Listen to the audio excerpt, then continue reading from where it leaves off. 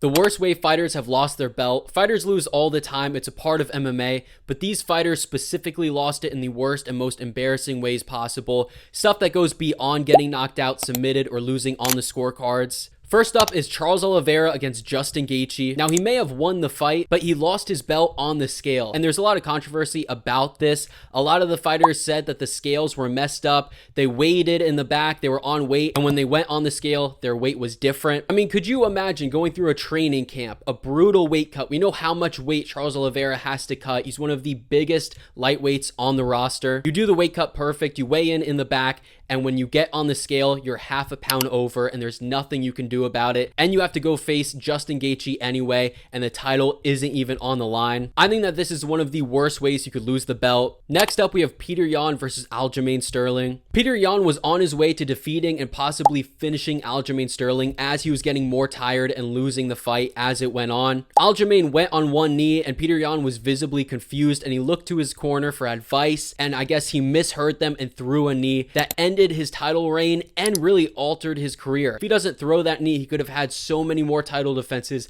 and he could have been viewed as the greatest bantamweight of all time and one of the greatest fighters of all time. But because he threw a knee without really knowing the rules, he lost out on pretty much everything. Next up, Jose Aldo and Conor McGregor's 13-second knockout. Now, this one is just brutal. Getting taunted at the press conferences for months. The UFC went on almost a world tour promoting this fight. This was Jose Aldo's biggest spotlight he's ever had. They did so many press conferences and he was getting taunted in nearly every single one, losing every single one, and just getting embarrassed. And then he's finally ready to put a beating on this guy, to fight this guy, let all of his anger out. He's the favorite and he's seen as the guy who's going to humble Conor McGregor, and he doesn't even really get a fight. He gets knocked out immediately and he never gets his rematch. And it sucks because he built up such a good legacy before this, so many title defenses.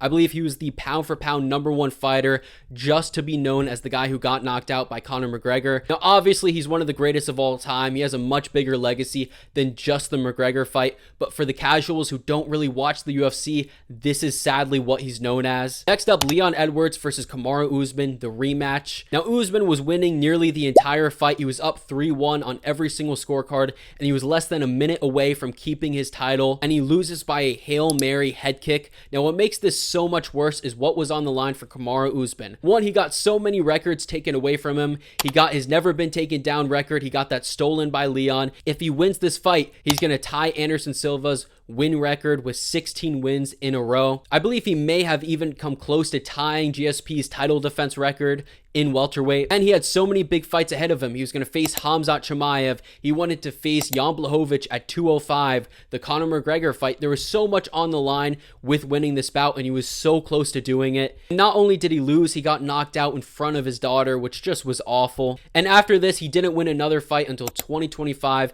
nearly 4 years after this. Next up, we have Chris Weidman and Anderson Silva. Now, the taunting aspect makes it so much worse. He got too cocky and he underestimated Chris Weidman and got caught for it. Now, how notorious this knockout is makes it so much worse. I remember before even caring about the UFC, seeing fighters celebrating too early, trash talk gone wrong, taunting gone wrong, those types of videos, and Anderson Silva was the first one with this knockout. And a lot of people didn't have any sympathy for him when he lost the belt because he was the guy known as taunting too early and not respecting his opponents. And then immediately after, he snaps his leg in the rematch and he never got the belt back. And it sucks because if he wouldn't have taunted Weidman, he would have won the fight and he never would have broken his leg, which was a career injury for him. Next up is Jon Jones. Now, he's lost his title so many times, so it's tough to even choose one. But I think the worst one of them all, I believe, was the first time in April 2015. He got stripped of his title and lost his title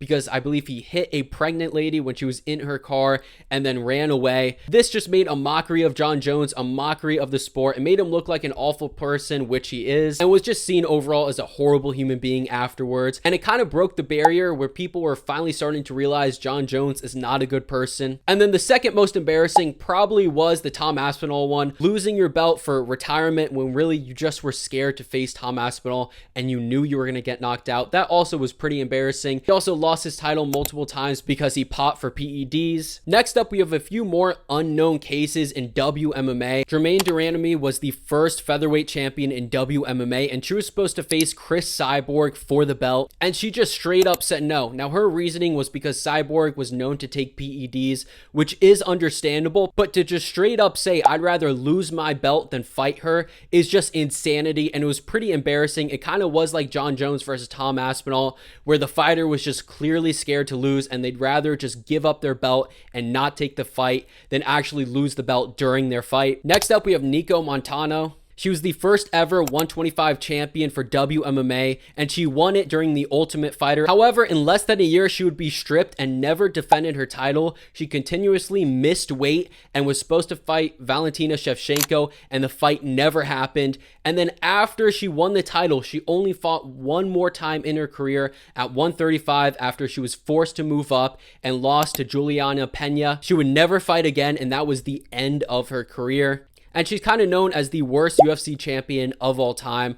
Let me know what you think of these. Which one is the most embarrassing? Which one was the worst? Let me know what you think